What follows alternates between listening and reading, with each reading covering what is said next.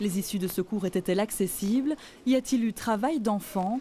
Les heures supplémentaires ont-elles été payées? Les étiquettes ne disent pas tout. En 2012, le groupe Colruyt a contrôlé les conditions de travail et de sécurité chez plus d'une centaine de ses fournisseurs. Résultat, plus question de collaborer avec 34 d'entre eux, presque tous en Asie, souvent chinois. Là-bas, un des problèmes les plus fréquents, c'est le non-respect des heures de travail. La loi chinoise permet donc de semaine de travail de 60 heures.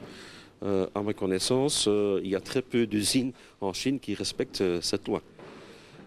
Maintenant, une usine qui travaille 62 heures, ce n'est pas conforme à la loi, mais ce n'est pas critique. Par contre, une usine où l'on travaille 84 heures ou 96 heures, 7 jours sur 7, 365 jours sur 365 jours, ça c'est critique et ce n'est pas acceptable. Chez Carrefour aussi, les fournisseurs sont contrôlés et ils doivent signer une charte sociale dans laquelle ils s'engagent notamment à permettre la création de syndicats.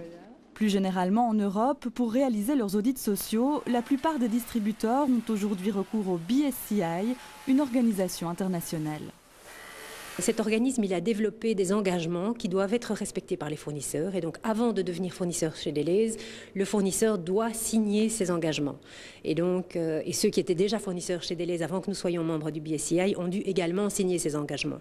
Et donc, en fait, ça les oblige à respecter ces engagements. Et le BSCI a le droit d'aller contrôler, et nous avons le droit de demander au BSCI de contrôler que ces engagements sont bien respectés. Le drame